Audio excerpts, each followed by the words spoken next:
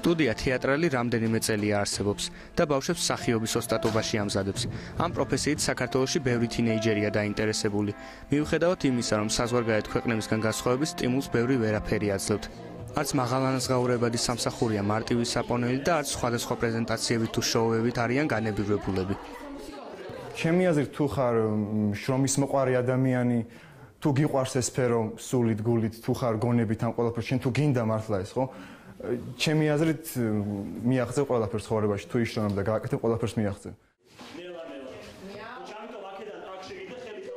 ჩემი თავიდან გამომდინარე რომ გითხრა, ჯერ არ გამომართლებია ისე რომ თქვა, რომ გამიმართლა საქართველოში ჩემი პროფესიით, თქვა, დაწყები პროფესიით, მაგრამ ყოველ შემთხვევაში იმედი მაქვს, რომ რამე შეიცვლება. თამაშობთ ხშირად სპექტაკლებს, ათონელის თეატრში გვაქვს ხოლმე პრემიერებიც და სპექტაკლებიც. სანამ ათონელის სცენაზე გამოსასვლელად ემზადებიან, იქ უკვე პროფესიით მსახიობებს რეალიტი შოუ დასის მონაწილეებს პრემიერა აქვთ. ფაქტია, რომ ახალგაზრდა მსახიობების რიცხვი გაიზარდა, ყოველ შემთხვევაში პატარა თეატრებში.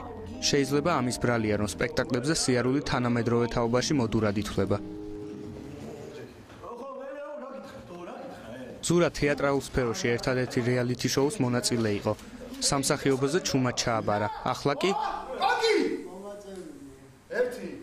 ერთი ბიჭო, მაგარი ერთი არ იცის თორე ონია, ხო იცი თო, არ იცის მაგარი ერთი, აი რა შოთი რა. აი რა შოთი რა. ფოკი. სვიმს.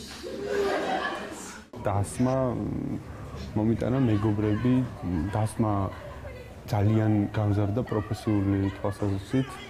ძალიან მაგარი ადამიანები გამაცნო. ძალიან მაგარ ადამიანებთან მომიწია მუშაობა. და ძალიან საინტერესო გახდა მას შემდეგ ჩემი ცხოვრება. თუ ისევე გაგიმართლა როგორც ჩვენი სიუჟეტის ამ გმირს, შეიძლება რაიმე პროექტის მონაწილე გახდე და ამით გაითქვა სახელი. თუ არა და სამსახურის ძებნა სხვა პროფესიით მოგიწევს, რომელიც სასიამოვნო თუ არა შემოსავლიანი მაინც იქნება. ხანდახან ჰაერში